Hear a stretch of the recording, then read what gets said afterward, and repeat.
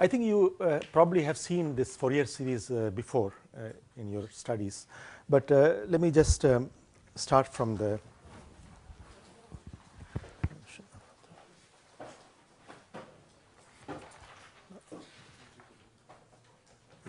here.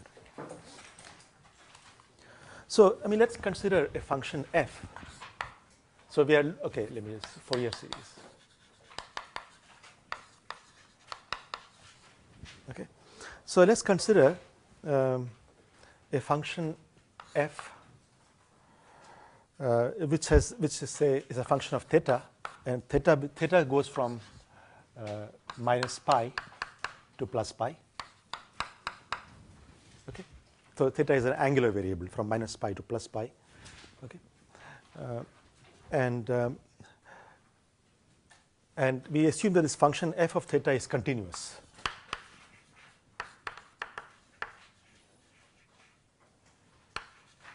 Continuous and also periodic.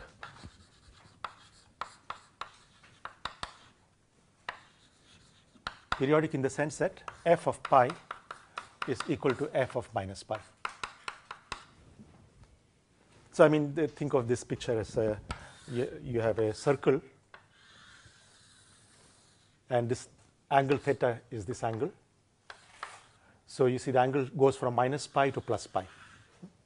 So, that is this angle minus pi to plus pi. And what we are saying is that this function of f of pi, which is as you go from here to here, f of pi is the same as f of minus pi. Okay? So, it's just saying that this function is continuous in this circle completely. Okay? So, this is a periodic functions. Okay? Now, given such a function, you see I can always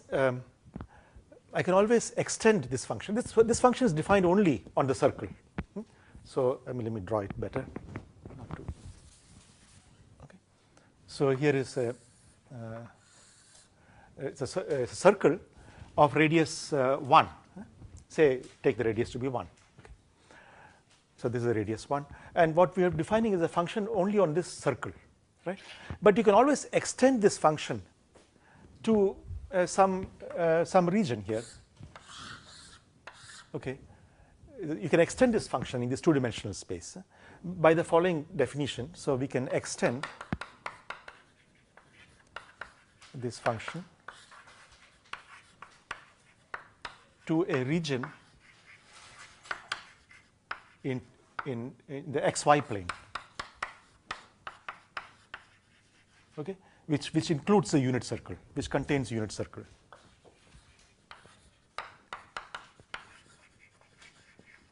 The unit circle. Okay, and by the following definition, for example, I mean there are many ways of doing it, but as an example, you can take this. So I define a function now as a function of x and y, two variables, because, and I can define this as simply r times f of theta, where these are r and theta are the polar coordinates for x and y.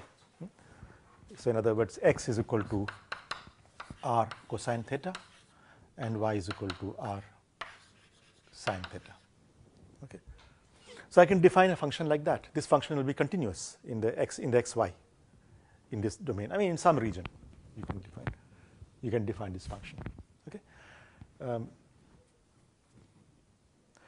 I mean, you can see that this is continuous because as a function of r, it is clearly continuous. I mean, it's just a linear in r, right? And as a function of theta is again continuous because of this periodicity condition. I mean, these two conditions. We are saying f of theta is continuous in this when theta is between minus pi and pi, and furthermore, it's also f of pi is equal to f of minus pi, right? So you see this function will be continuous everywhere in this domain. Okay. So for example, I can just choose it to be from. I can define this function from say minus 2. I mean, take minus 2 to plus 2 x and minus 2 to plus 2 y. Okay. So consider this square box. Okay. So I define this function inside this box. Okay. Yeah. Sorry. Yeah, but x is the same as r cosine theta, and I mean, what does it mean? This is at any point I mean, what does it mean, f of xy? I define a function. It means every point in this box, for every point in this box, I define a number, right? A function. Some either real or complex number, whatever your case is. But given an x and a point xy, I surely know what the angle theta and what is the length r, right? And I just substitute this. I just substitute on the right hand side that value r and f, which is a given function evaluated at theta, right? So it's a function of x and y, or if equivalently a function of r and theta. They are interchangeable. I mean, it's just a different coordinate system, right? Okay. So why am I saying this? So you see now what has happened. So we have a function of x and y, where x and y are in some so now you see in this box what we have is x is between say -2 to +2. Okay. I mean, I just chose -2 and +2, nothing sacred about -2 and +2, because I just wanted to have something which includes this unit circle. So some square which is bigger than 1. That's all. And y is also between -2 and +2. So then I can use the Virus theorem, right? See, Virus theorem is saying that if I am given a function of, say, so Virus theorem we proved only for one variable, right? But you can easily extend it to arbitrary number of variables for the following reason. So suppose, so take the Virus theorem.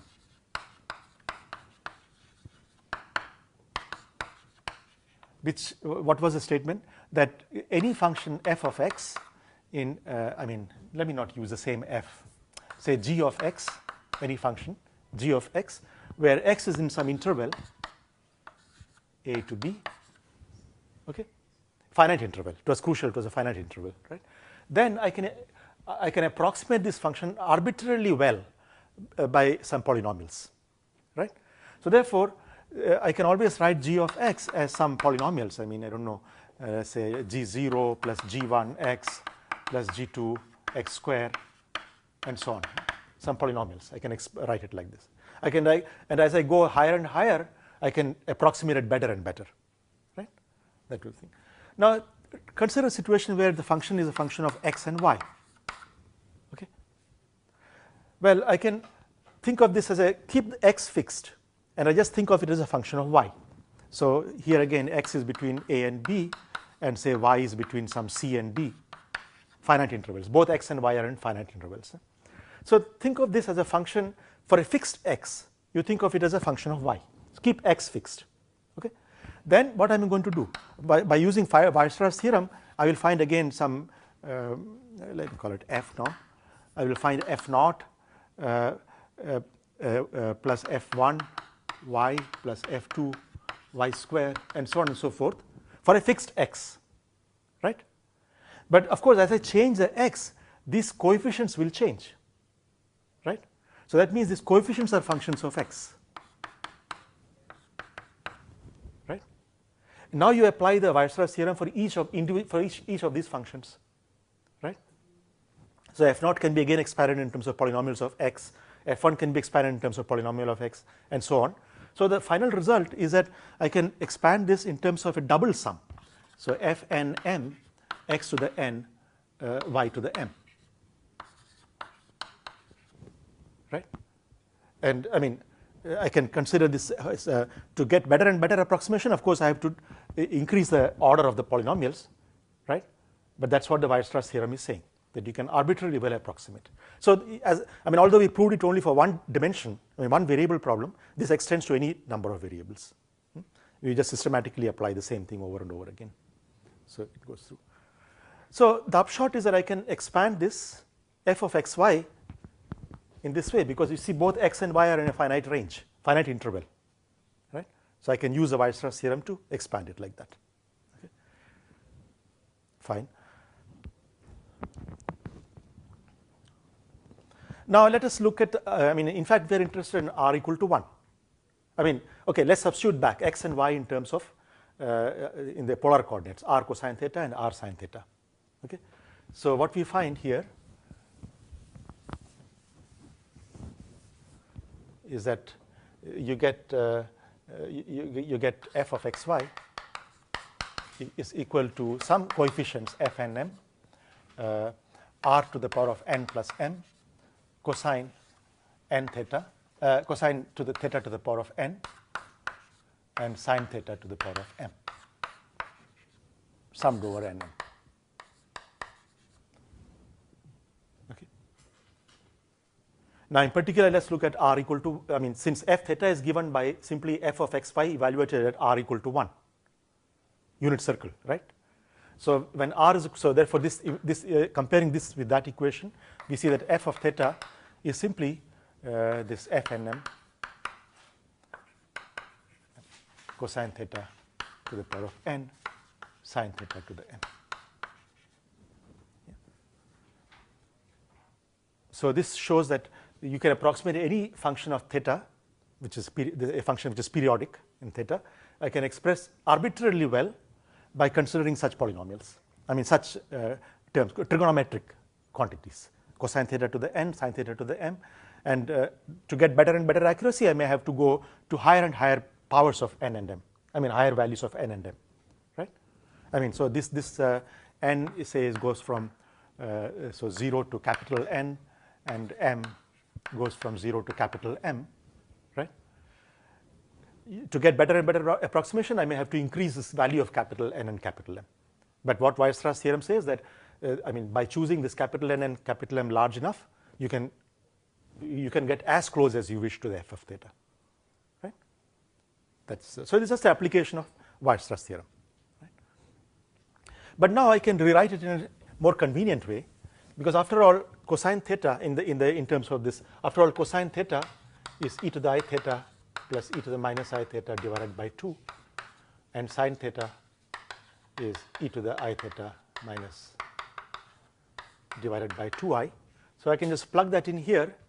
So then you see it will be just e to the power of I theta to various powers, right? So I can rearrange this thing. I can rearrange these terms as a series in e to the power of I n theta, and I call it fn, where n goes from minus infinity to plus infinity, right? I mean, take this to infinity, because if I increase to infinity, then I can get, I can make it exactly equal to that. This is minus infinity also here, because you see that there is also e to the minus I thetas. So when I take the products, I will start getting e to the power of minus I times any integer, right? So any positive or negative integers will come when you take the products of this.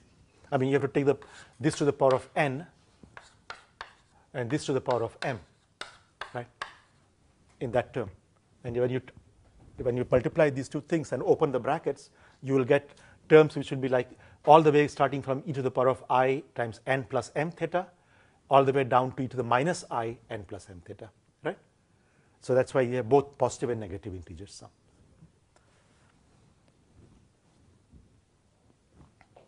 So this is the kind of reason why we expect that this function of f of theta I should be able to express it as a linear combinations of this e to the I n theta.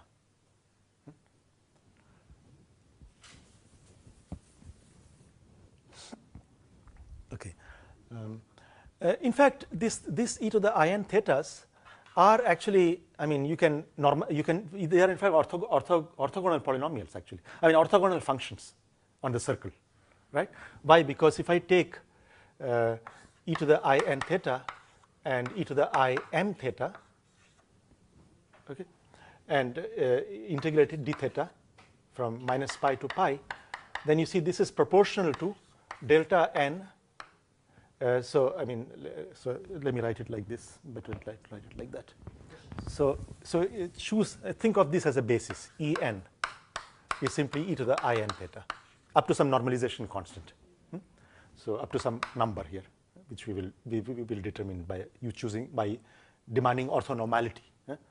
So at the moment is some constant here. So now let's compute En with Em. Okay. Yeah.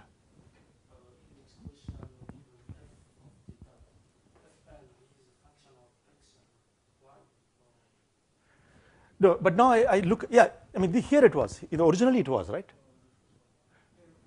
Yeah, but now I specialized to r equal to 1 case.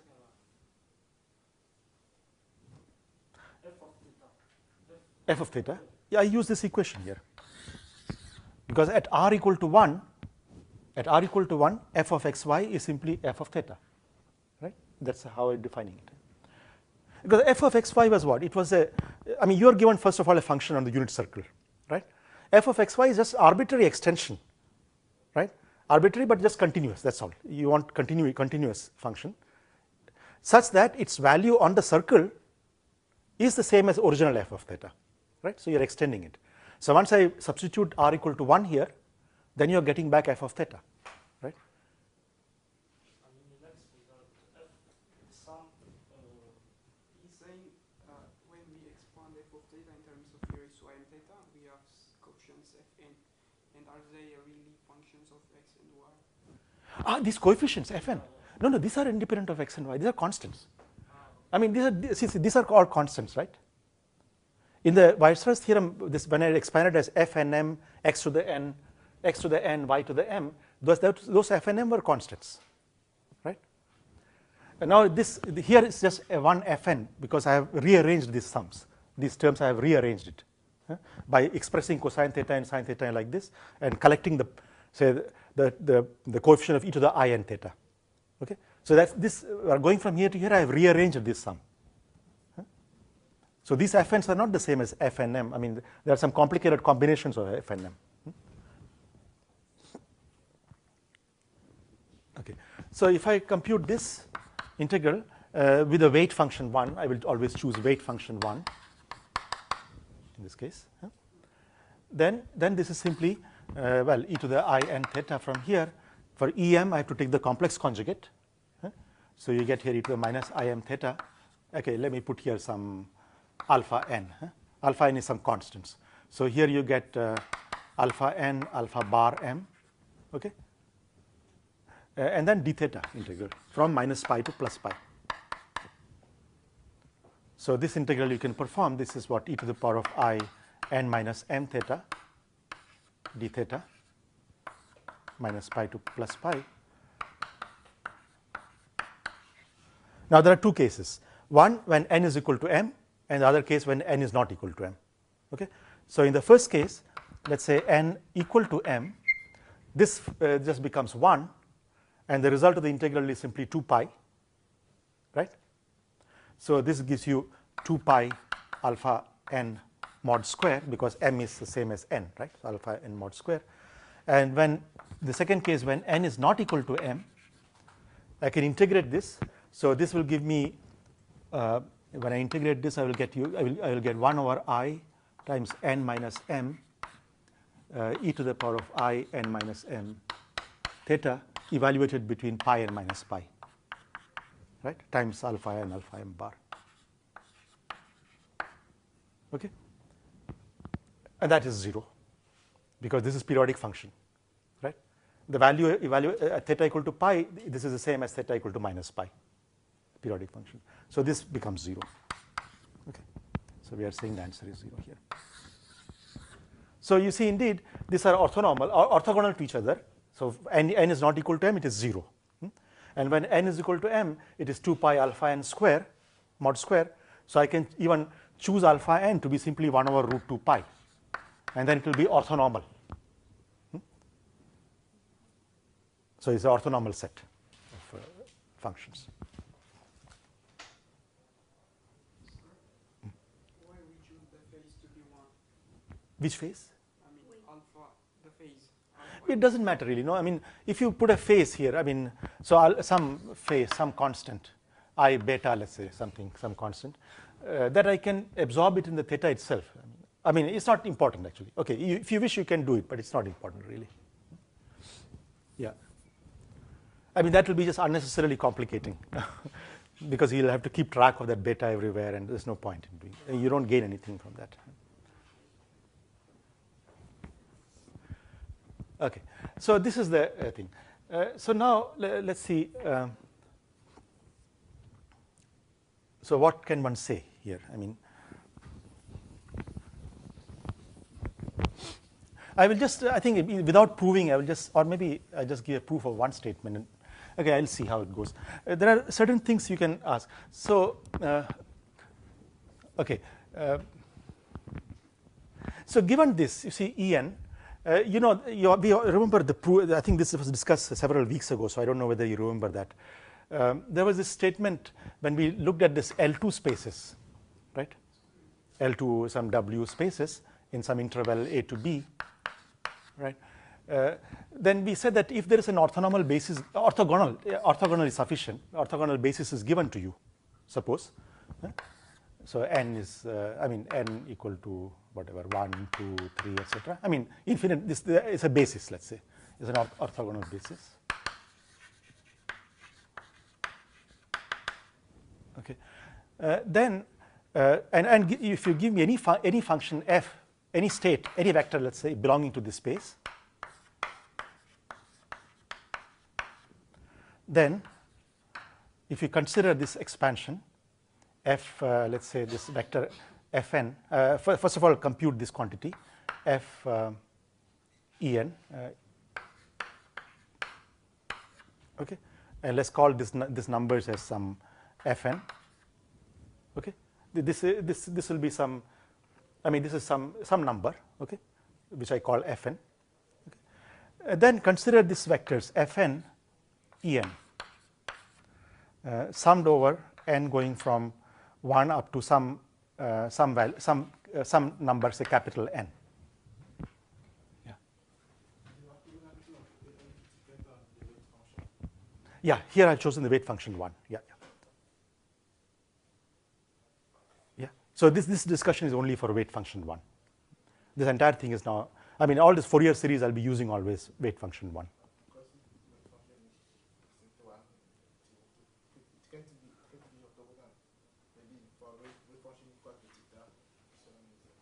If the weight function is not 1, it won't be orthogonal. Yeah, exactly, it won't be. Yeah, in general, it won't be, right? If you put some function, suppose weight function was, I don't know, sorry, theta. But then, you want to choose something which is periodic, right? After all, we are considering periodic functions, right?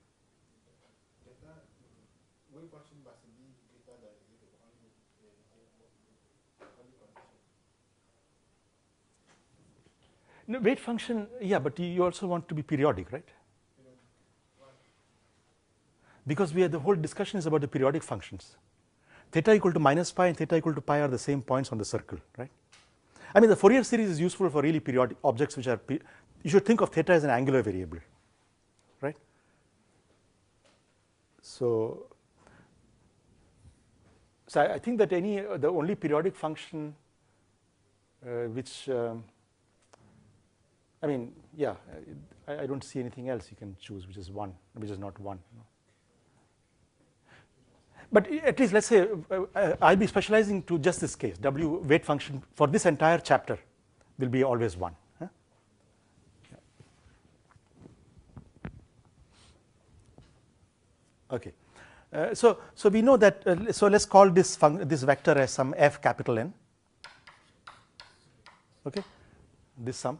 Then we have seen the theorem which says that this sequence of these vectors converges to the original vector f, in the sense of in the L2 sense, in the sense that what we saw was that limit n goes to infinity of these vectors fn is equal to f,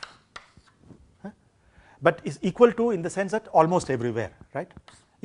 Or in the mean, it's almost everywhere.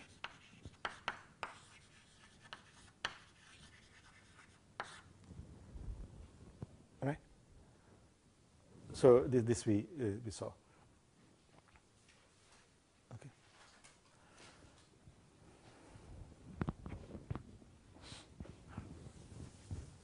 So now here I have. So let's specialize this to this case here. Now we have this orthonormal basis of these functions, and so I can express any function f which is in the L2 space.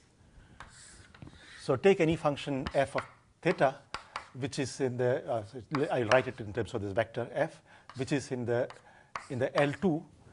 See, the weight function is 1, so I take weight function equal to 1. For this discussion, weight function is 1, right?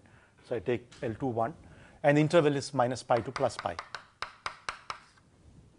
Right? If I consider any function, any f which is inside this space, which means it's square integrable, right, in the Lebesgue sense with this weight function 1. Then I should be able to expand f as this fn en, okay, summed over n. Okay, I should be able to do that. But again, this equality will be in the sense of the L2 spaces. This will be always almost everywhere. This is almost everywhere.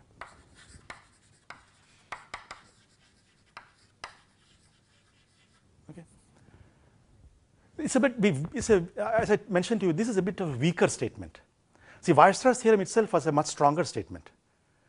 That the polynomials was converging to the functions, really, completely to the functions.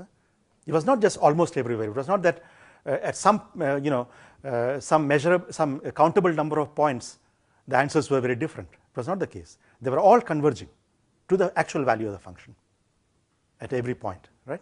Uniformly, it was converging. So that's a much stronger statement than this statement. This statement is a weaker statement. Okay, it's just saying that it is converging almost everywhere to the original function f. But at some measurable number of points, countable number of points, which is the set of points whose measure is 0, whose Lebesgue measure is 0. That's what I mean. The function may be different. The result here may be different from the function here. No? So that's a weaker statement. So one would like to ask this question to understand a bit more. Can we say a bit more than this? This was guaranteed to us, but can we say more than this? Can we say really about the function itself? Whether the series converges or not. So there are some theorems about it. Let me just, I will not go through the proofs of this. In fact, even in the notes, even in the book, the proofs are not given. So I'll just state the theorem. Okay, so one statement is the following. So let's suppose the function, so that one theorem is this. Let's suppose the function f and its derivative. It's the derivative df by d theta, both are continuous.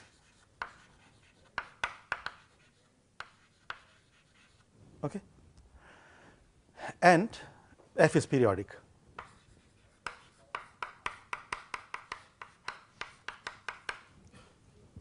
Okay. So here we are putting a lot of conditions. It's not just that the f is continuous, but also the derivative is continuous, we are saying. So we are requiring much more from the function. Then the theorem is, then the statement is that this series converges. So, 1 over root 2 pi. So if I take this minus infinity to plus infinity, fn, where fn is just the integral 1 over root 2 pi f theta e to the power of I n minus I n theta d theta minus pi to pi. Okay, this is what in this notation we would call ENF, right? This is what it is, right? This integral.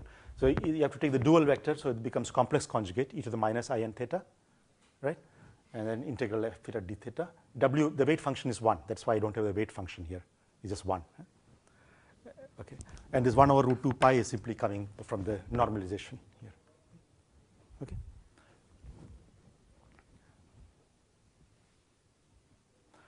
So then the statement is this series converges. So this series where fn is equal to that converges uniformly to f of theta. Okay. That's the statement here.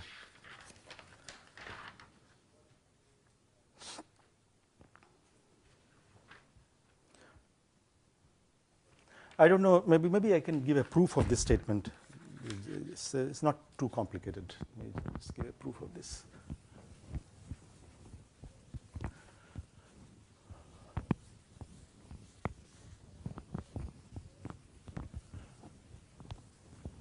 Okay, so first of all, let's start from this df by d theta.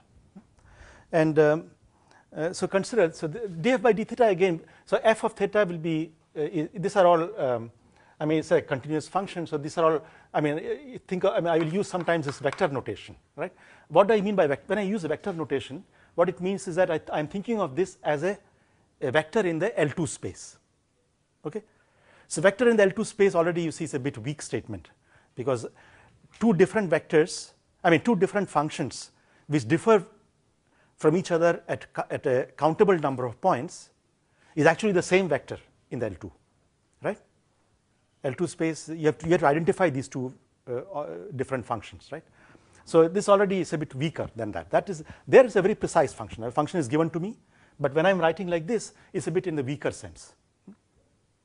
I mean, any function which could differ from this function f on a countable number of points will define the same vector. So, this is the point to remember. So, f of so similarly for a df by d theta, there will be a corresponding vector df by d theta in the L2. So, these are in L2 spaces. Okay, I will drop this. Okay, minus pi to pi.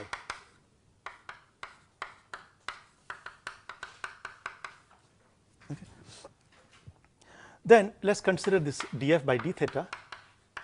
I can always express it, write it in terms of this quantity En df by d theta summed n En, right? I mean, this I just use the theorem which I mentioned just before, right? Given a vector in L2 and an orthonormal basis, okay, I can always write it as some numbers, some coefficient times En sum, and that coefficient is given by this, right?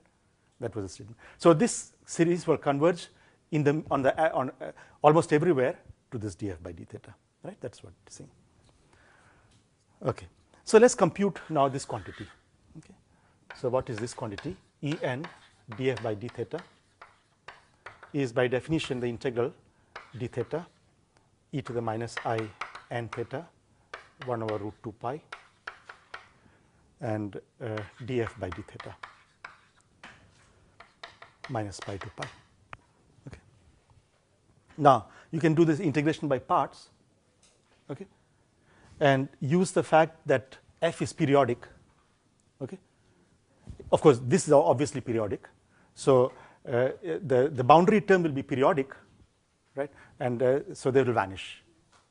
So, therefore, I can do this integration by part, and I get here minus 1 over root 2 pi minus pi to pi. Now, the derivative hitting this one, right, but that just simply brings down minus I n.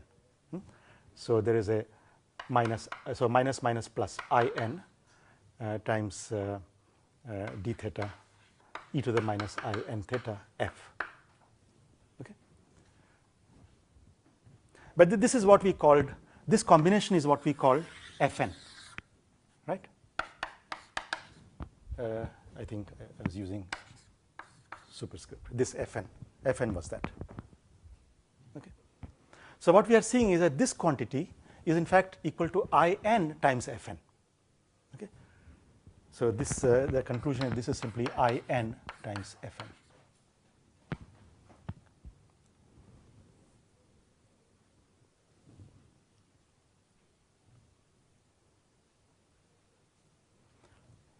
Okay. So, okay. Now, let's compute. Now, you remember this again. I think this was probably some time back, so maybe you might have forgotten about it. There was this one of the again another thing that we proved was that if you take the norm of this vector square, norm square of this vector, that's the same as the sum of the mod square of these coefficients. Correct? Right? If you remember that. I mean, that in some sense you can see that if I just take a norm square of the df by d theta,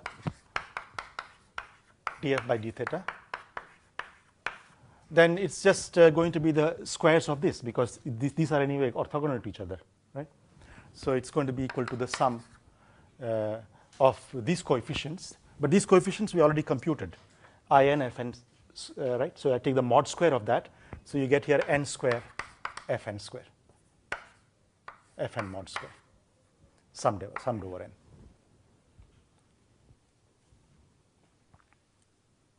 Okay. This was what we call, I think we were calling it this Parseval relation, right? I mean, generally there was a bound that this is greater than or equal to this, right? But if it is equal, that means we really have a complete basis, right?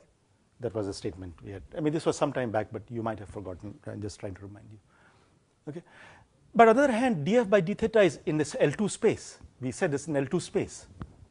So this is a finite, right? That means this series is finite. I mean, this series converges to some finite number, right? It's something finite. So it is certainly less than infinity, finite quantity. Okay. So what this means is that if I take, I mean, so the fact that this is converging, you remember this one of the criterion, Cauchy criterion for a series to converge, is that, so this implies, the convergence implies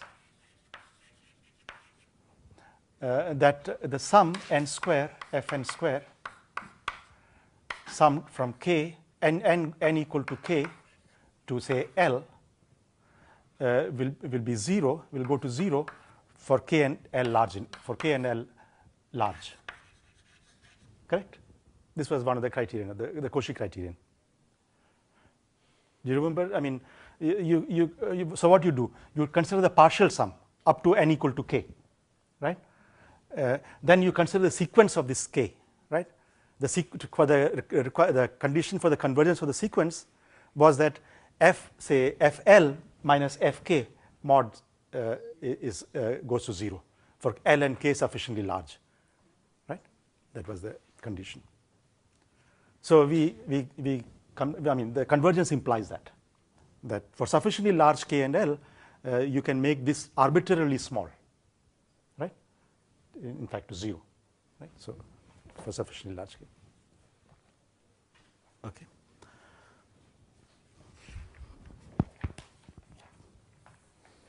Okay. Now let's go back to now the original point, right? So we wanted to look at. So we want to go back and look at the original function f, and so we are asking whether this fn.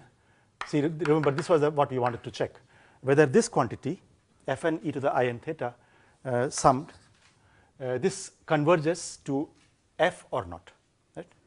I mean, really converges to f or not. So let us look at again. So if it converges for the same reason, so if this sum converges, then by Cauchy criterion again,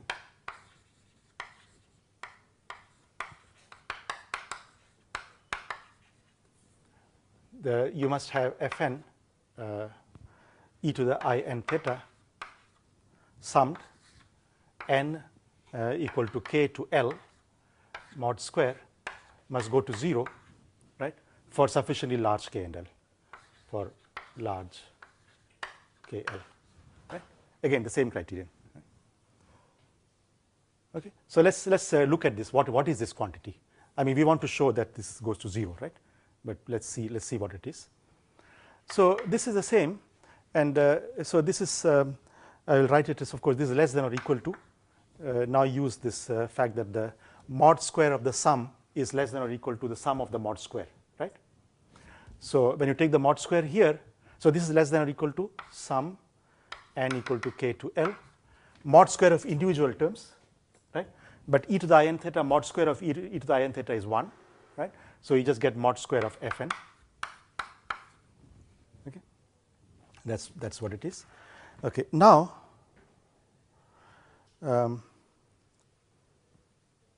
let's do this. Let's do the following. Let's multiply and divide by n square. I have done. I mean, no change here, right? I just multiply. That's the reason why we have this. Okay. Okay. So you have this quantity and then you have this quantity, right? So now you can think of this. I mean, think of this as a what shall I say? I mean, so this is going to be from this what is it called? Cauchy-Schwarz inequality, right? From Cauchy-Schwarz inequality.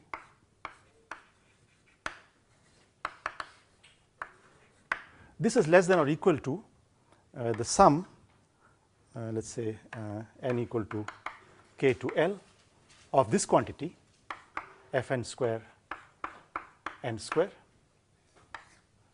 times the sum of this L, not n, let me put here m, 1 over m square. Okay.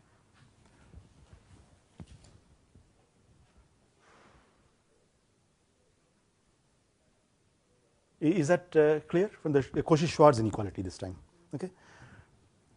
So think of this as a, I mean, so this is, there are L minus k components here, right? This, think of it as a vector which is L minus k dimensional vector, whose components are 1 over n square, that's one vector, another vector is Fn square n square. So this can be thought of as dot product of these two vectors. But the Cauchy-Schwarz inequality says that the dot product of these vectors, it should be less than or equal to the product of the lengths of individual vectors, right? So the first vector was this, so its length square is that, its length is that, and the second vector is this, its length is that. Okay. So here I've used the Cauchy-Schwarz inequality. Okay. And now use this fact here. This I can make arbitrarily small, the first term, right? And the second term, this series we already know converges. The sum over 1 over n square, that converges. You remember that? I mean, I don't know so there's a sum over 1 over n square. This converges. Okay. Whereas sum over 1 over n doesn't converge. This does not converge. Okay. This 1 over n square converges because of the simple reason. I mean, as n goes to infinity, this goes to 0 much more rapidly than that, right? It's for the same reason. If you think of it, I mean, for large n, you can think of it as integrating, right? So think of the sum is the same as integrating, right? So this is like dx divided by x square. Dx divided by x square at x goes to infinity is perfectly well defined. No problem with that. Whereas this is dx over x, whereas logarithm. So it's a logarithmic divergence there. Okay. So this is convergent, that is not convergent. However, what we have is actually this one. Since that series converges, again by Cauchy criterion, this can be made arbitrarily small, right? So both of these quantities can be made arbitrarily small. Okay. And you see that is completely independent of theta, right? That means that this series converges. First of all, we see that this series converges, and secondly, it converges uniformly because it's independent of theta. Right hand side is independent of theta, right? Yeah.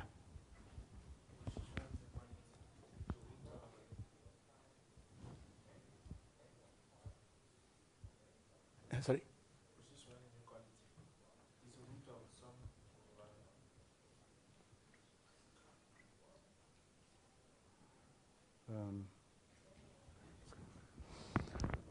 Yeah, sorry, there's a square root. Yeah, correct. There's a square root. You're right. Yeah. But I mean, it's again the same thing. Each of them is going to 0, right? So they're the same thing. Yeah. Okay. So now, so the conclusion is that this series converges uniformly. When you have uniform convergence, you see you can commute many things, right? Remember we discussed the integration you can commute, right? So same way continuity also, the notion of continuity also commutes. Okay. The statement is that if I have given a series, so if I'm given a series, so here what we have is Fn e to the I n theta. Okay.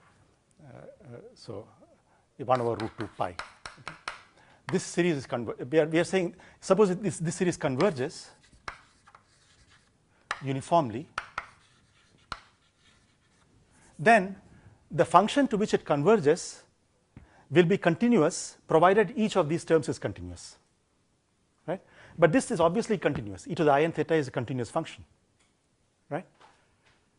I mean, remember that we discussed that when you have a uniform convergence, so let's say this converges to something, some function, let's call it g of theta, okay? Say this converges.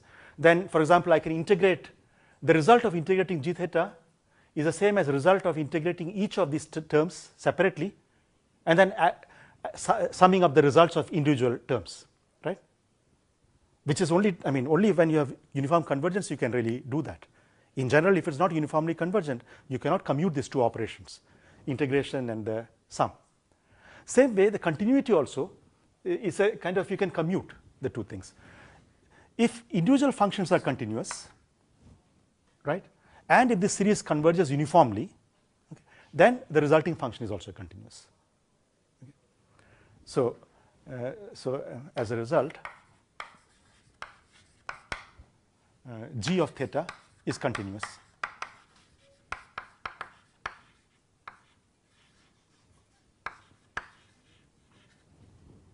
Okay. That's because of uniform convergence.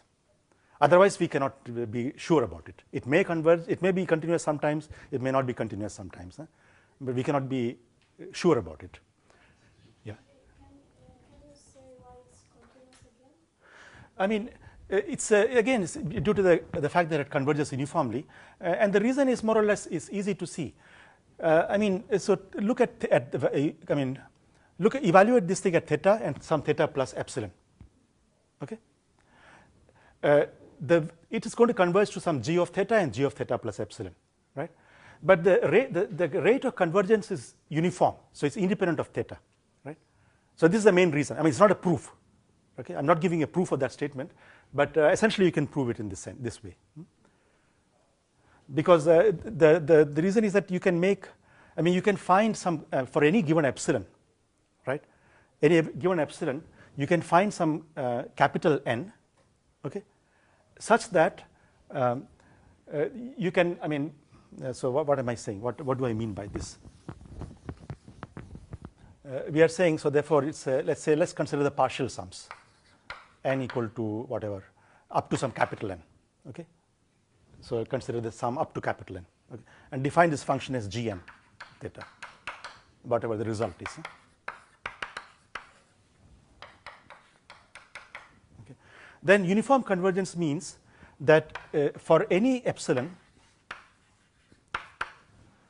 you can find there exists a n, which depends of course on epsilon, but not on theta, such that g of theta minus gn of theta can be made less than epsilon. Okay. But that's independent of theta, that's the point. So then using this, you can now look at the situation. I consider, I change the theta a little bit, okay? Then again you see the difference between, so gn of theta plus epsilon, okay, will be this fn e to the in theta plus epsilon, okay, sum. And once again you can because uniform convergence for the same capital N, you see the difference between this and that, I mean this and the g, final g, I can make it arbitrarily small, right? So I mean in some sense the reason why something does not give you finally discontinuous functions is because, I mean, something must go wrong with it cannot be uniform convergent, right? Because individual functions are continuous, right? So how can finally the result be a discontinuous function? That can happen only if it's not uniformly convergent, right? Okay.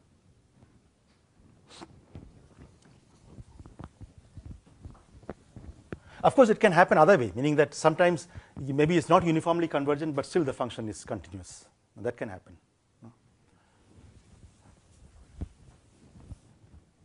Okay. So the conclusion is that this result, whatever it is a continuous function. Okay. But on the other hand, I know that this function, by the general theorem, I know this must give you f of theta almost everywhere, right? In the sense of the L2 space. This we already know. So the difference between f and g must only be on a countable number of points, right? But f is continuous by assumption, so f must be equal to g. Okay. So the statement is that, I mean, so f theta must be equal to g of theta almost everywhere, which means these two are the same except for some countable number of points. Okay. But on the other hand, this is continuous and that is continuous. So the only way that can happen is if they are exactly equal everywhere. Okay. Yeah. So I think that is the basic statement. Okay. And so in this proof, you see, it was assumed something which is df by d theta is continuous, right? That was the crucial point here. Okay. That is why we got the bound that n square fn square converges, right? That's how we obtained that. But in fact, if you look at the way we have proven, it is not that we have really used the fact that df by d theta is continuous. It's not really we have used. I mean, all we are demanding is that this guy must be in the L2 space. Okay. So it should be integrable in the sense of Lebesgue, not necessarily in the sense of Riemann. When you integrate using the Riemann sense, that is when you use you need continuous function, right? But otherwise, so some of these conditions you can make it weaker. The conditions, you don't have to make such a strong condition. Okay, and that is what finally, I mean, various mathematicians tried to weaken these conditions. So I'll just state the final form of the theorem without a proof. Okay. So, and this theorem is much more powerful because this is valid even for functions, original functions f which are not continuous. I mean, so far we have been talking about functions f which are continuous and periodic. But the final theorem which comes out is much more stronger than this. So the theorem is the following, that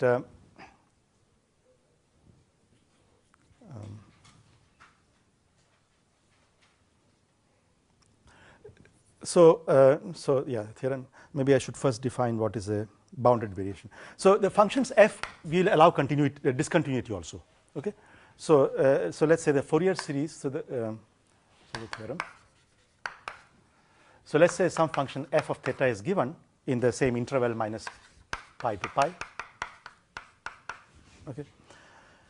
And but this function, I mean, I'm allowing discontinuities and so on, but not too much. I mean, if it is a very violent discontinuous, then we cannot do much about it, right? So a particular type of function which is called, I'll just define what it means. So this function is of bounded variation. So f is of bounded variation.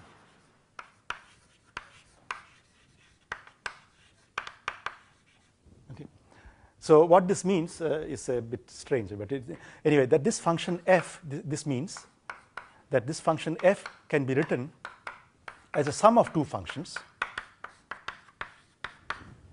okay, where this function f1 is, say, non-increasing, and this function is non-decreasing in the entire interval minus pi to pi. Okay. So if I'm able to write a function, any given function, as a sum of two functions where one of them is non-increasing, other is non-decreasing. Okay. Okay. It looks like it's always possible, right? But the point is that this, in fact, this implies the following statement. This implies, which again, I'm not going to give a proof, but this implies that even if this function f is discontinuous, okay, it is of the following type, that for each theta, for all theta, you can define f of theta plus 0 and f of theta minus 0. Okay. Yeah, what does it mean f of theta plus 0? Meaning that the limit as I come from the right, take theta plus epsilon and take the limit epsilon goes to 0, that is defined. Okay. Similarly, here theta minus 0 means theta minus epsilon with epsilon goes to 0 limit, again it exists. These two exist, that's the point. Huh? Okay. They may be different from each other. Yeah.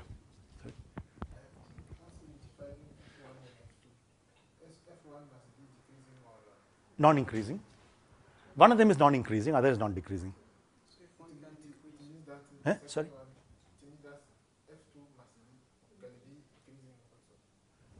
No, this is the definition of the bounded variation. I'm saying this is the definition of the bounded variation. If I can express f as a sum of two functions, where one of them is non-increasing, other is non-decreasing, then I say that this function f is of bounded variation. This is a definition. Okay. I mean, If we say f1 is not increasing, then does it mean that f1 can decrease? no. When you say non-increasing, yeah, non-increasing means it can decrease, of course, right?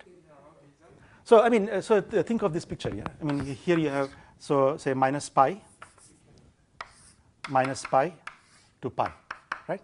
So f1 is non-increasing, so it could be anything. I mean, it could be something like that. Could be, you know, could be a discontinuous function. Doesn't matter. But the only condition is that it should not be increase. As I increase the x, theta, right? It should not increase. Right? Similarly, f2 is some function which is non-decreasing. So that means it can only increase, it can stay fixed, it can stay increase, but not decrease. So this could be something like that. Maybe it's even discontinuous. Maybe from here to here it jumps. Maybe here it goes like that. No, this kind of thing. So provided you can express f as a sum of these two functions, okay, one is non-increasing, other is non-decreasing, then this function f has this important property that at each theta, the right limit and the left limit exists. They may be different from each other, okay, but the right and left limits exist. That's the point. Yeah?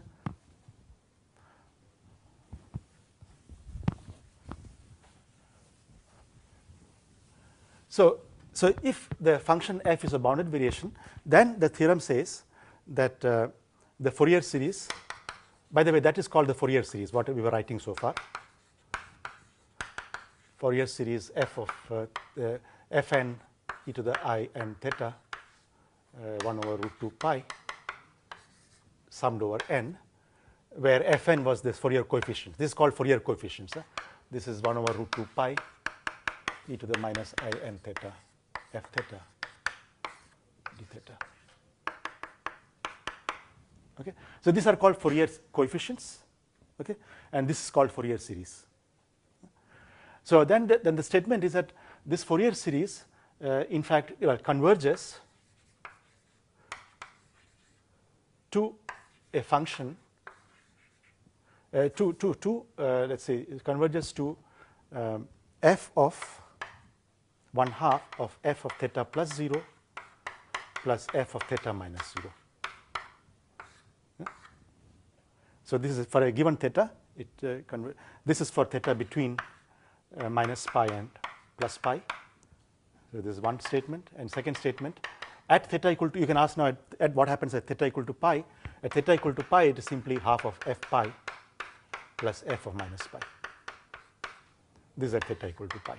Pi or minus pi, plus or minus pi. So this is, see, it's much, it's a very strong statement actually. I mean, if you think about it. You see here, I'm not even demanding periodicity.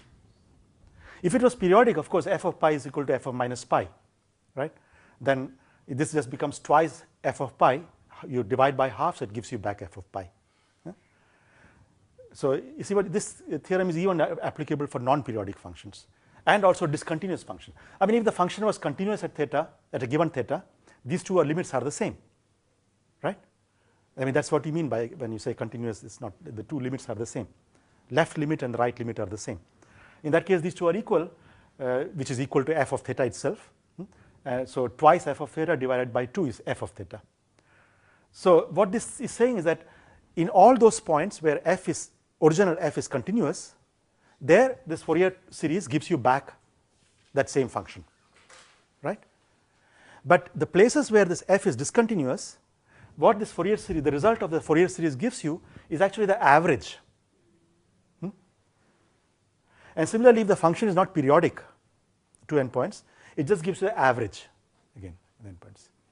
So that's the statement. Now this is complete. I mean, it's not. I'm not talking about almost everywhere.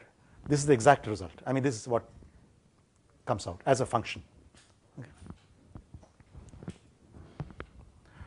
Okay. So maybe okay.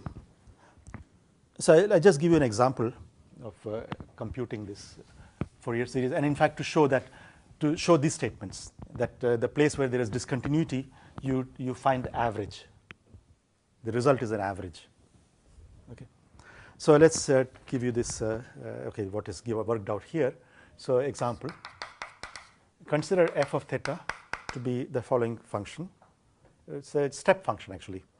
So 0 and 1, 0 between, say, theta between 0 and pi, and 1 between, say, minus pi theta 0. Okay. Yeah. So I consider such a function. So this is a step function, right? And it doesn't, I mean, okay, this. So if you draw it, here is minus pi, this is 0, that is pi. If you draw the function, here it is 0, right? And here it is 1. Okay. So there's a discontinuity here at 0. In fact, it's the discontinuity at 0 as well as it's not periodic, right? So we can check both of these statements. So let's compute let's compute this Fn coefficient. So Fn coefficient is simply this f of theta, so d theta, f theta, e to the minus I n theta, 1 over root 2 pi, minus pi to pi. Okay. Now this integral, I mean, from 0 to pi, f is 0, so that part doesn't contribute. So this integral is simply 1 over root 2 pi minus pi to 0 d theta, but f here is simply 1. So I just put 1 there, and then the integral is simply this here. Okay. Now this can be, so there again I have to consider two different cases, n equal to 0 and n not equal to 0. When n is equal to 0, this gives you just pi. So f0 is simply pi divided by root 2 pi, so that is root pi by 2. Right? And for n not equal to 0, for n not equal to 0, f of n is, you can do this integral, so this gives you 1 over, so let's do that.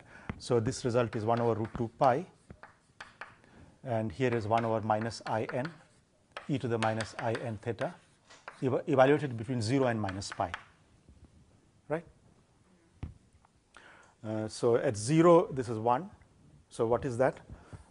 So at 0, this is, so this is 1 over root 2 pi, 1 over minus I n, and at 0 it's 1, and minus pi, it is e to the I n pi, which is minus 1 to the n.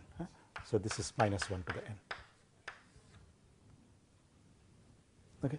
So what this is saying is that if n is even, this cancels, and when n is odd, this gives you a factor of 2. Right? So let me just summarize it here.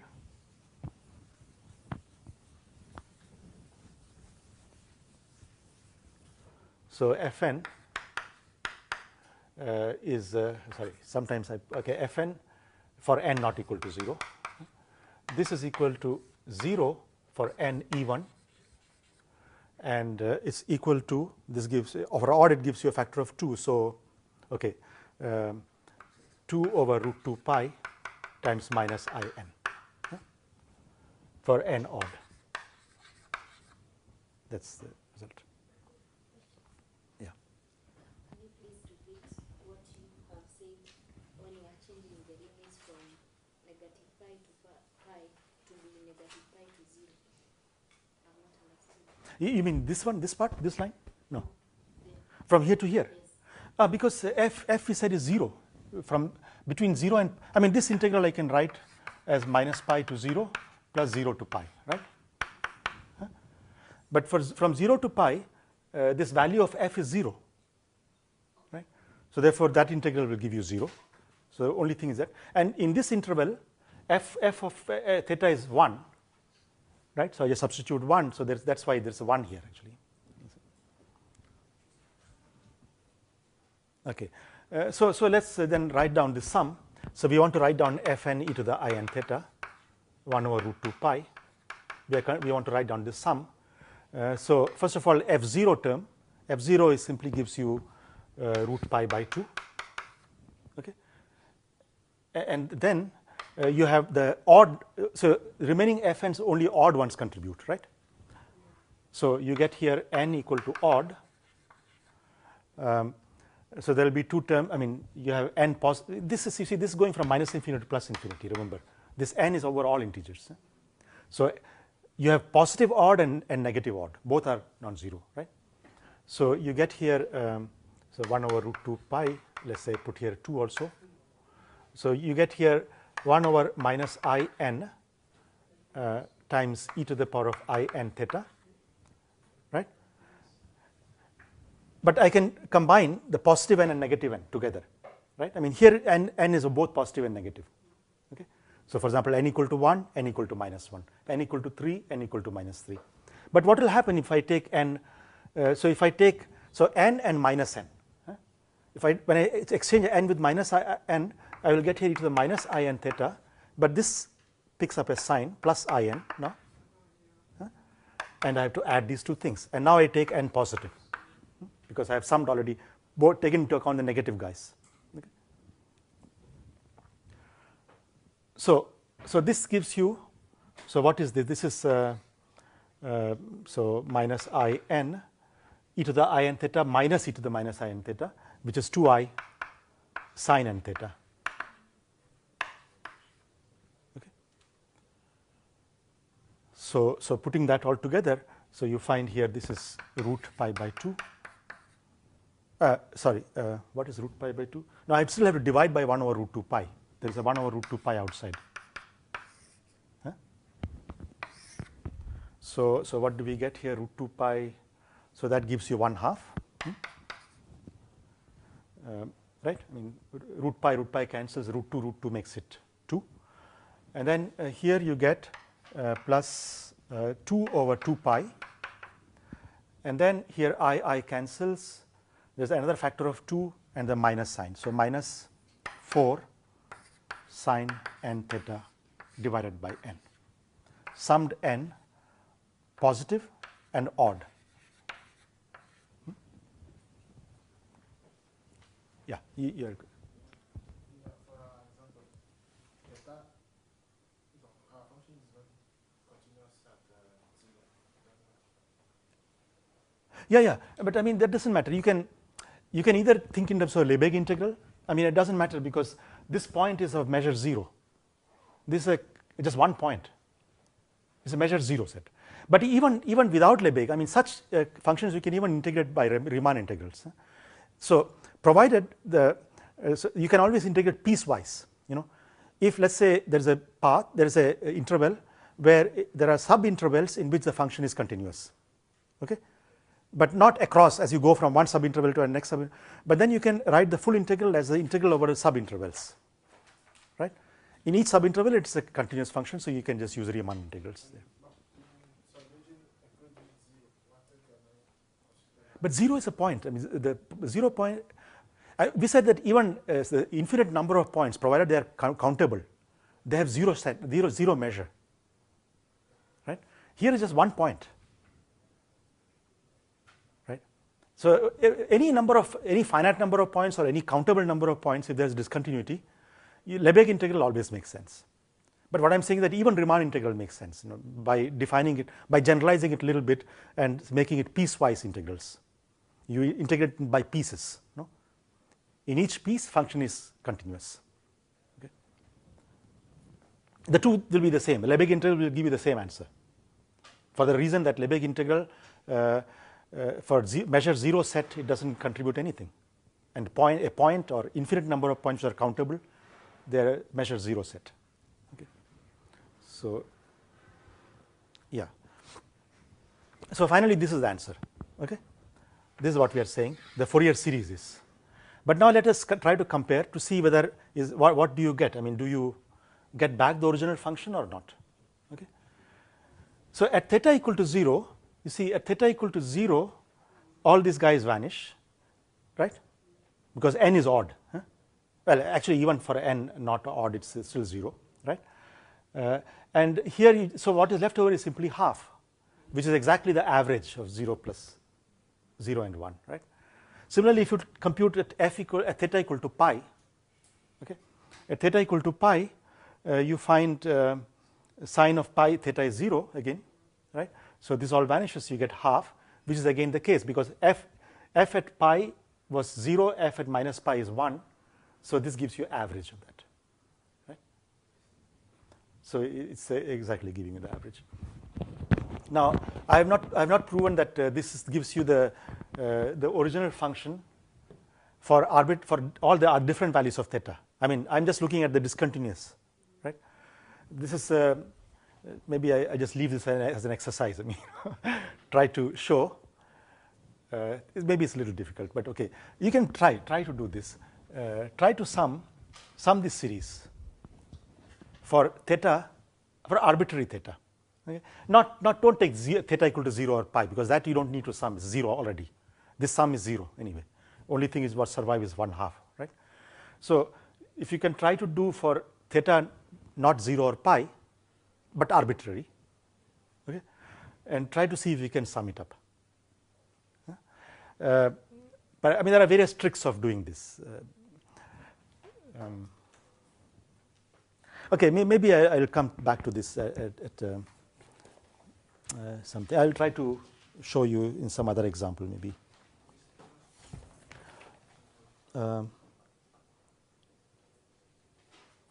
Okay.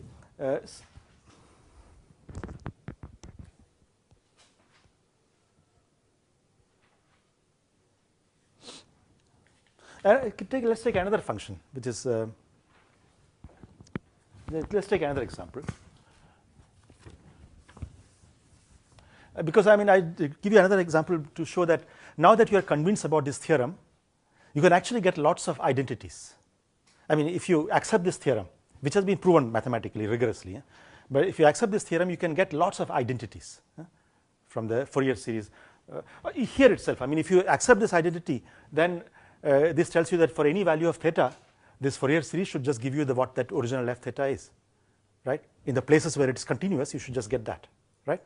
And where it's discontinuous, it just takes the average. So it gives you infinite number of identities. For example, if what this is saying is that theta is between 0 and pi, strictly between 0 and pi, okay, where it is continuous, there f is 0, right? So that means that this sum should become independent of theta in this range, because for any value of theta in this range, answer is fixed, answer is constant, 0. Okay? So what it says is that this sum should give you exactly half to cancel that. For any value of theta in this range is independent of theta. You see? And similarly, if you take the other range, theta between minus pi, strictly between minus pi and 0, then this answer is 1, which means these two things should add up. Right? So it's giving you identity, in fact, infinite number of identities, because for each theta this is true. Right? Okay, so. But it will be also good to see if to convince yourself that this is really true. Okay, let me take another example, which is again worked out here, but I will try to work it out in a slightly different, okay, not very different way, but okay. F of theta is this, theta square between 0 and pi.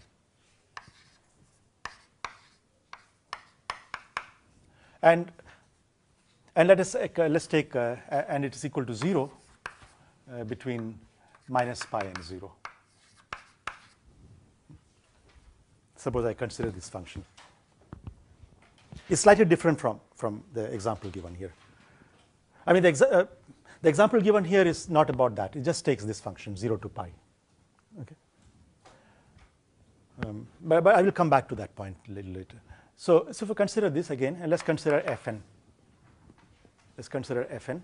So this gives you again 1 over root 2 pi, minus pi to pi of f theta e to the I n theta d theta. But again, for the same reason, you see in this from minus pi to 0, f is 0, so that part will not contribute. So this will simply give you 0 to pi, and here f of theta is theta square, so it gives you theta square here. Okay. So now you can start doing partial integration. So for example, you can write this as d by d theta of 1 over I n e to the I n theta and do the partial integration. But now you have to be a little careful because this function is not periodic. So we have to do this. I mean, there are lots of terms here now. So you have 1 over root 2 pi. First integration by parts gives you in here.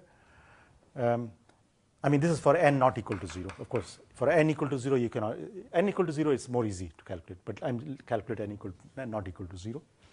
So 1 over in, and so there will be one boundary term which will be theta square e to the in theta, evaluated between pi and 0, right?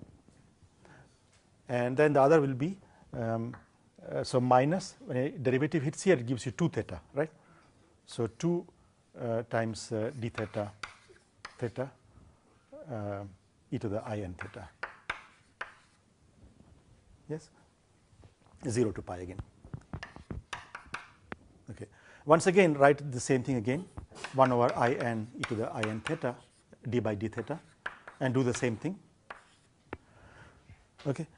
So do the again integration by parts. So there will be a boundary term, and that boundary term now will be an extra. So there is an extra minus this in minus 2 over in. Sorry, this should be minus in, right? So I should change n to minus in. So this is minus in. This is minus in. This is minus in. And there is a minus here. And then I have to take theta e to the minus in theta. Okay. Again, evaluate between pi and 0. Okay. And then the derivative hitting this guy, but that is 1. So the sign has changed now. So you get plus 2 over minus in d theta e to the minus in theta, 0 to pi. So you see there are many terms now. Actually, so what do we get, the final answer?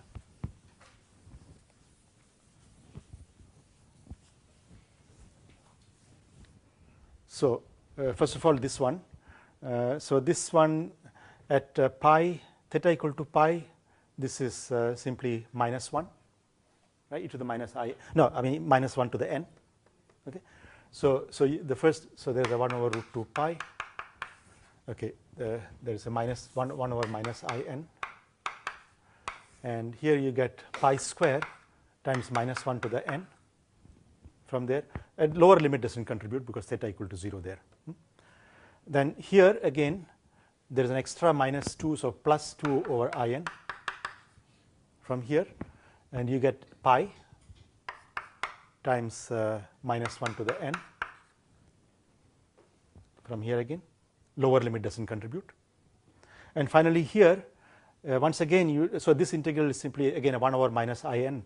So this gives you minus 2 over n square product.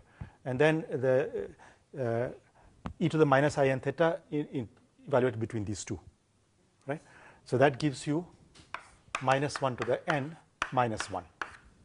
Okay, that's the answer. So there are lots of terms here.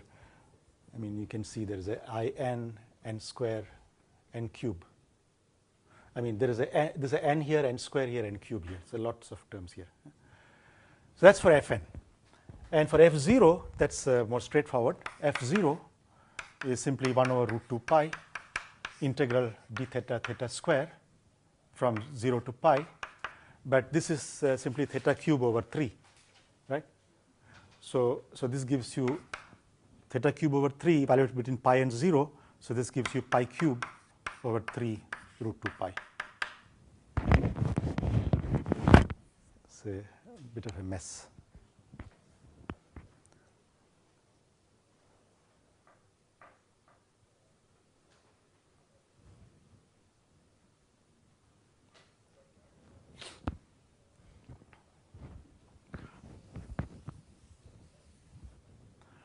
So let's sum this up. So there is a 1 over root 2 pi times f0. So that means 1 over 2 pi times pi cube over 3. That's the first term, f0 term.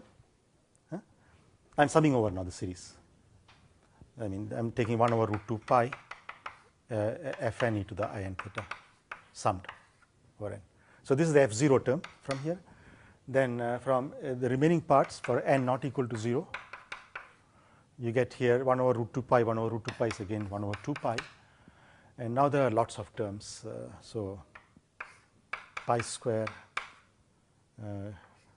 minus I n minus 1 to the n plus 2 pi over n square minus 1 to the n, and then minus plus 2 over I n cube minus 1 to the n minus 1.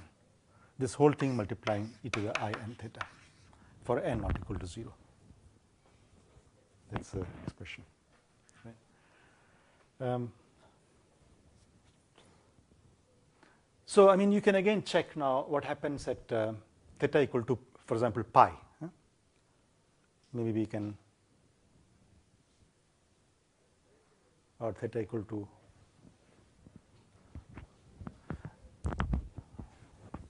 so I don't know whether I can, let's see if I can get this. So theta equal to pi, so this is what you find, this is the Fourier series you find. But now let's try to evaluate this for something.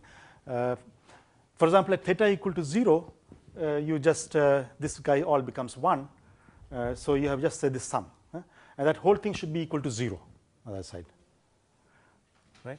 So take theta equal to 0, f of theta is 0, because this here it's continuous, between 0 and is continuous. So you just get 0 here, so 0 should be equal to all that at theta equal to 0. Okay. This gives you one identity. Then if you look at theta equal to pi, you get theta equal to pi, there is an extra minus 1 to the n here from here.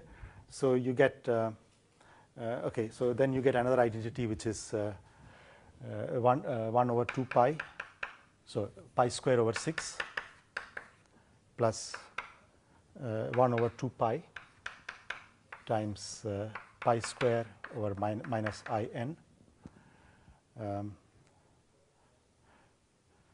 But you see this guy is cancelled, right? This will cancel the odd ends, because I have to here summation over both positive and negative n. Okay? For theta equal to 0 or pi, this will cancel, because theta equal to 0 or pi, e to the I n 0, e to the I n or e to the minus I n is the same answer. Okay? So when I sum it up, this will become, the odd powers of n will vanish. Is that correct? I mean I have to, this sum includes both positive n and negative n, right?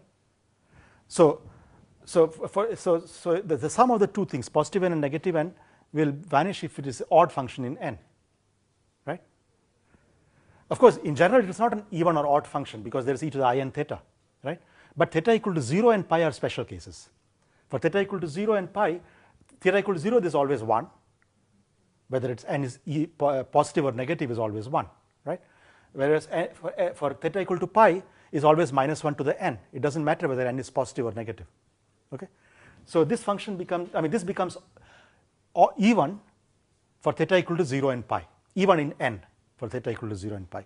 So wherever you see odd ends in the remaining pieces, that should vanish. Okay? I mean, that cancels. So what is left over is only even piece. So you get, so where is it? Yeah, here.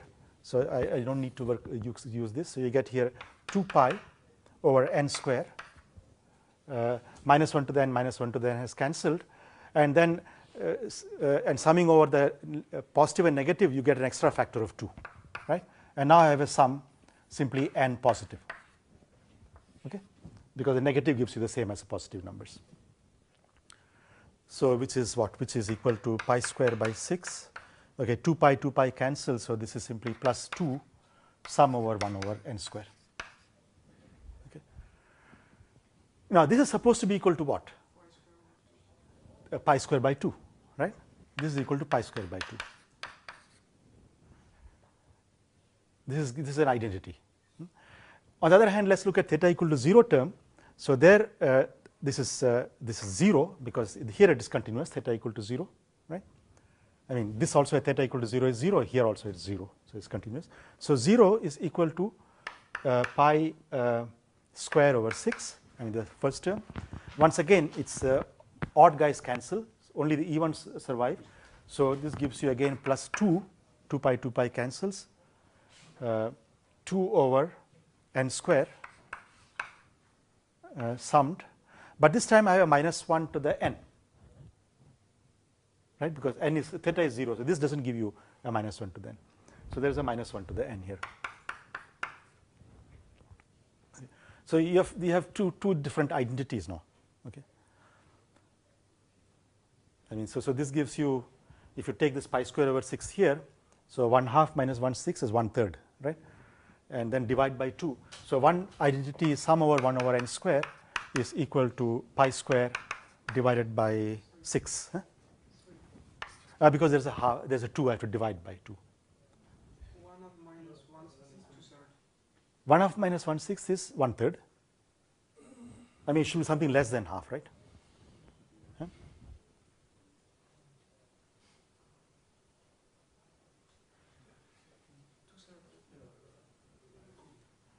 Sorry?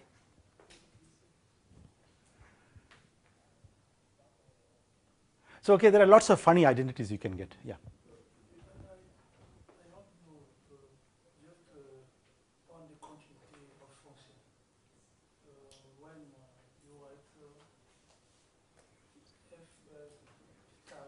F of theta, yeah. Pi square pi over, oh no, 6 over 2. Yeah. Equal this because the function The result of the Fourier series, yeah. is continuous. How you take, because this function is even, no? This is what? This function between 0 p. Yeah, so this function I'm defining like this. From it is 0 between minus pi and 0. Between 0 and, so it's here it is 0 from here to here, minus pi to 0. But here it's a theta square, so it goes like that. Huh? I mean, here it's pi square. So theta square, quadratic function. When you consider pi square over 2, Yes. you take F pi plus F minus pi, yeah, divided by 2. The two functions, 0 between p and minus. Yeah. This is the same as F of pi plus F of minus pi divided by 2. That is what the theorem says, right? Because the function is Yeah, exactly. Okay, so there are these various identities. I mean, okay, I mean, you could try to prove some of these things. You know, I mean, maybe I could just give you an indication of how you will try to prove this, and then you can try to, just for fun. I mean, also to use this contour integration to become more experts on contour integrations. So, I mean, suppose I want to compute something like 1 over n square. This is, of course, n greater than 0, right? N greater than 0, n equal to 1, 2, etc. Right? Suppose I want to compute something like this. I mean, how will I do this? I want to use also the contour integral methods, residue theorems, type of methods. Suppose I want to do that. So if you look at this thing, so here is my 0. But what I'm summing over is from 1, 2, 3, etc. Right? But this is, of course, even. So in fact, I could make it all integers, plus and minus integers, but except n not equal to 0. Okay? Divided by half. Correct? Because minus 1 is the same. If n is minus 1 is the same thing, I'm just counting twice. So I will just sum over all integers except 0, because 0 blows up. No? Okay? But this I could think of, I mean, suppose I could write down some function which has, poles exactly at all the integers, and it has a residue which is, say, at a given integer n, it has a residue 1 over n square, right? Then I can, evaluate this thing, right, as a contour integral. So I need a function which has poles at all the integers, and the residues being 1 over n square. Okay. So let's see how. So one function you can construct is so consider this thing, cosine pi z divided by sine pi z. Okay. So this has you see, for every integer z, this goes to 0. Sine pi times any integer is 0, right? And when you look at the residue, I mean, so if you make an so let's look at near z equal to 0. I want to look at how I mean in other words, see if you look at sine pi z, how does it go? So let's say z is the real line. So sine function is like this, right? It keeps going like that. So at z equal to 0 sine pi z, near z equal to 0 sine pi z is simply approximately equal to pi z, right? I mean there are series, but the leading term is that. But if you look at this is near z equal to 0, near z equal to 0. But if I look at near z equal to 1, so we are looking at sine of pi, say 1 plus z now. Okay, so near z equal to 1. So write z as 1 plus z. So then sine of pi plus pi z, but sine of pi plus anything is minus sine z, right? So you'll get a minus sign here, an extra minus sign here. Here you'll again get a plus sign. So this will give you a minus 1 to the n. So this behaves near z equal to n. This behaves like pi z times minus 1 to the n, right? That's the leading term. Okay? I mean, what I'm saying is, so you want to expand this at say one of the integers. Okay, so you want to write this as z equal to n plus z minus n. If I'm looking at the position, the pole at z equal to n, you want to make an expansion, Laurent expansion, right? That's what you want to do. So let's see. Maybe I erase this here. So I want to study what happens near z equal to n. So I'm going to make a Taylor expansion here like that. So I can write this. So sine pi z is the same as sine pi n plus pi z minus n. Correct. I just added and subtracted n. I didn't do anything. Okay. But this is what is small because I'm making expansion in this. Z minus n is small, right? So on the other hand, you know that sine of pi n plus any angle, anything, any quantity, is the same as minus 1 to the n times sine of pi z minus n, right? No. There's sine of pi plus theta is minus sine theta, but sine of 2 pi plus theta is the same as sine of theta, right? So whether it depends on whether this n is even or odd, you pick up a sign. So there's a minus 1 to the n times sine pi z minus n. Now when z minus n is small, we can make a expansion of this quantity. So this guy goes like pi z minus n minus pi z minus n cube over 6 factorial cube over 6 and so on, right? The expansion, the Taylor expansion for the sign. Okay, so but the leading term is of course this. Okay, so this goes like pi. So this guy behaves like minus 1 to the n times pi z minus n, because when z minus n is small, these things are very small compared to that. So whereas cosine pi, if you do the same thing, cosine pi. So again, write z as n plus pi z minus n. Cosine of pi plus n, cosine of pi. So this guy have a Taylor expansion. Okay, I can just write it as cosine. What shall I write? I mean, cosine of pi n is plus or minus 1. I mean, suppose z was exactly equal to n. Okay, then you just get cosine of pi n. So when you make a Taylor expansion of this object, it will start with the first term will be simply cosine of pi n, which is minus 1 to the n, right? So this gives you minus 1 to the n plus order z minus n, right? The leading term is minus 1 to the n. So that minus 1 to the n cancels with this minus 1 to the n, and you just get pi times pi over z minus n, right? So this function, so cosine pi z over sine pi z, has the property that it has a pole at every integer, right? with a, okay, if you want to get rid of this pi, okay, we can multiply by this pi. Huh? Okay, so this function has a property that it has a pole at every integer, right, and with the residue 1.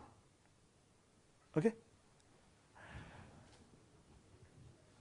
So if I want to, if I can get this residue by just considering a function 1 over z square times pi cosine pi z divided by sine pi z.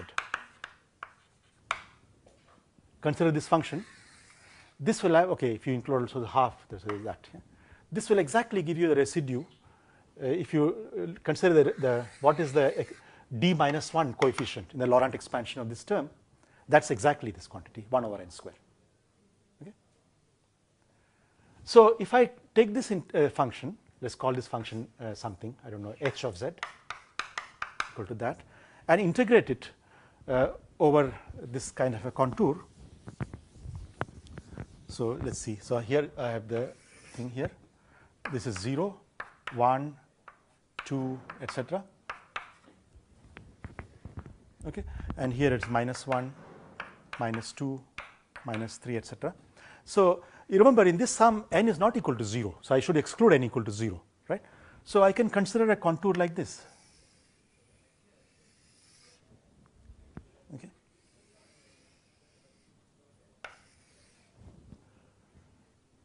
This contour, this will give you, and then you can, so suppose I first sum up to capital N, sum capital N, and then I will take the limit capital N to infinity.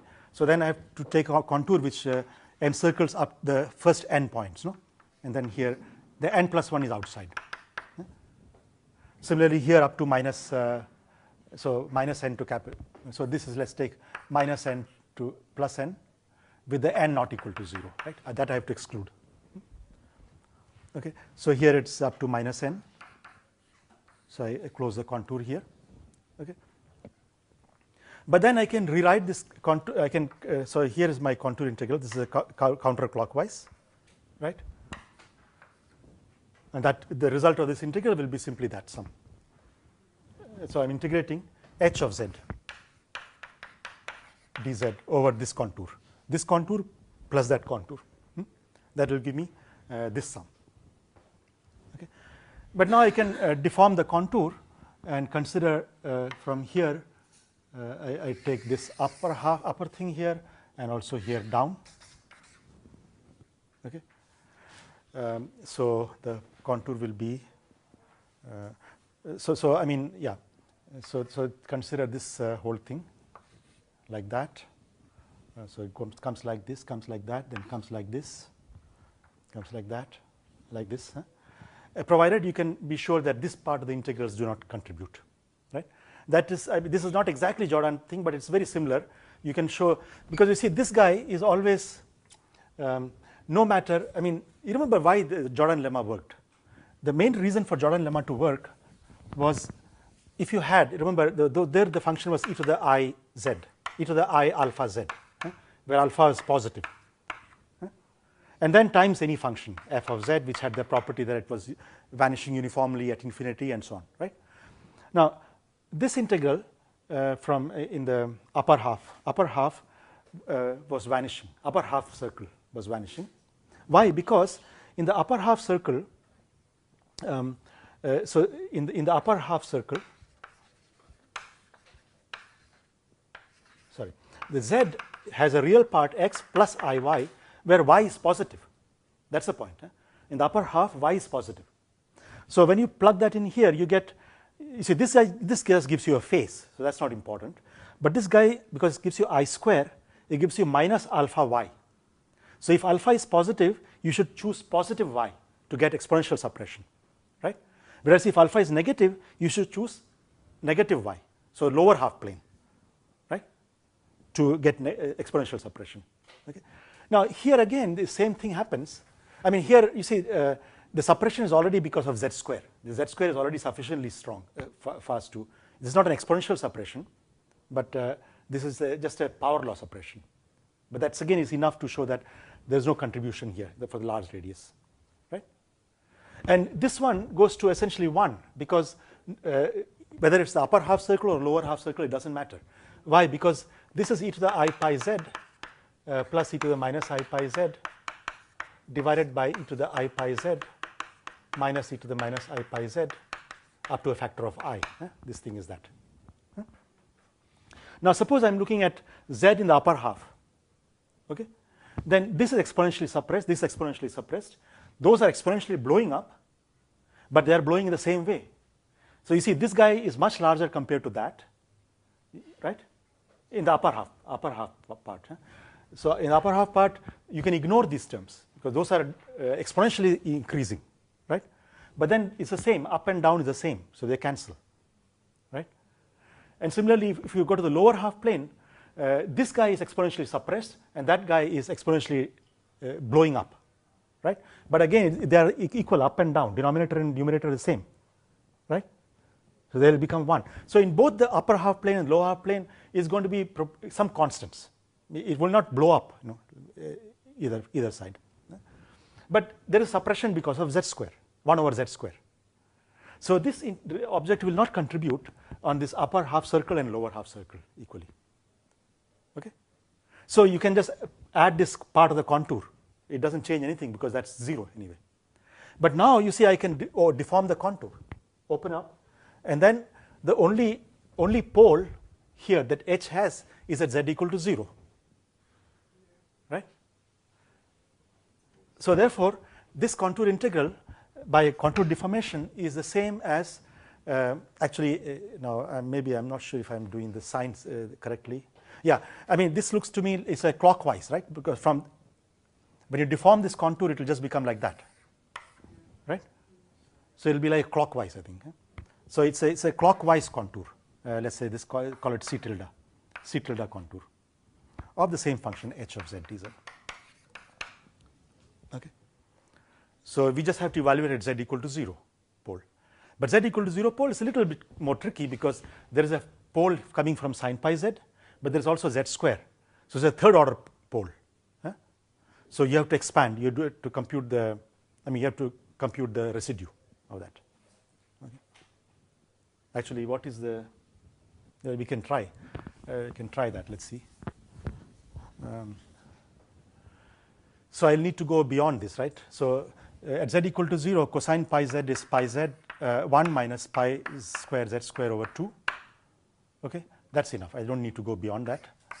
And sine pi z is pi z minus pi z cube over 6, right? Expanding near pi. I need to only go, because of z square, I just need to go up to z square order in the expansion. That's enough to get. And now I can just, so let's take out, and then there is here pi over z square by 2, pi over 2z square. Okay. Here I can take out pi z as a common factor. So this becomes 1 and that becomes 2. Okay. So okay, so I can now expand it. So this gives you, okay, pi cancels, so 1 over 2z cube. And here you get, okay, this is a product of two things, 1 minus pi z square over 2 from there. And this you do a expansion, the geometric series expansion. So this gives you 1 plus pi z square over 6. And it's enough to keep up to that point, because this is z cube, you see. If you go to the z to the 4, that's not going to give you a pole, right? A singularity. So it's enough to do that. So you get here 1 over 2z cube, as that's a leading singularity. And then at the 1 over z order, what you have? There's a 1 over 2z. And then here, there is this term pi z, this times that plus that times that, right? So here you get a minus half plus 1/6, which is minus 1/3, right? So you get here minus pi square over 3. Okay, that's the thing. So sorry, this is the original sum was 1 over 2 pi I times this. So this is 1 over 2 pi I, because I want to take the residue. Residue is there. So this just computes the residue, which is actually pi square over 6, right? And the minus sign, because this is clockwise. So this really gives you pi square over 6, which is what we had, I think, if I remember correctly, right? It was there. Yeah, correct.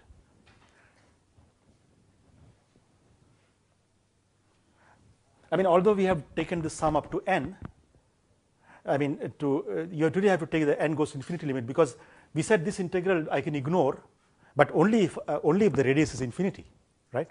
For a finite n, it's not 0, the integral, right?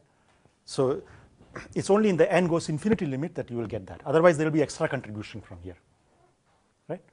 I mean, the full answer will be this plus the suitable, the circle contributions, the circle contribution, right?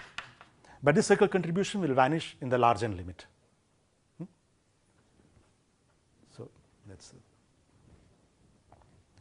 So this is a very, I mean, many of these sums involving integers, the trick is to write some function which gives you the residues, which gives you poles at all the integers, no? And then you cook up the precise function to produce the correct residues, no? And you can try to do this integral.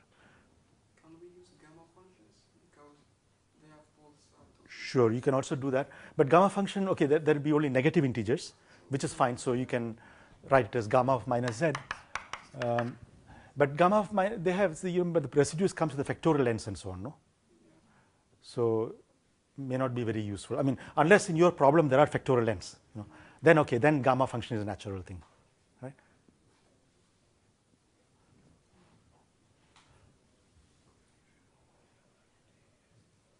You could try using similar trick for the previous example. In the previous example, and I mean, and not just for theta equal to 0 or pi. I mean, you can try to do it for arbitrary theta. I mean, this should be for theta equal to pi. This function was discontinuous, so we got, that's why we had an average. We took the average, f of pi plus f minus pi divided by 2. Theta equal to 0, this was continuous, so we just took this value 0. But in between, so for positive theta between, I mean, strictly between 0 and pi, this should just give you theta square. Can you reproduce that? Huh? That would be a good thing to try. Huh? I mean, now I have erased what was the original function. But okay, I mean, you have to go back there. But I mean, in principle, you should be able to do it. Huh? If you cleverly find the function whose residues are the right ones. Okay, I think I'll stop now. I wanted to do Fourier transforms also, but I think I'll do that next time.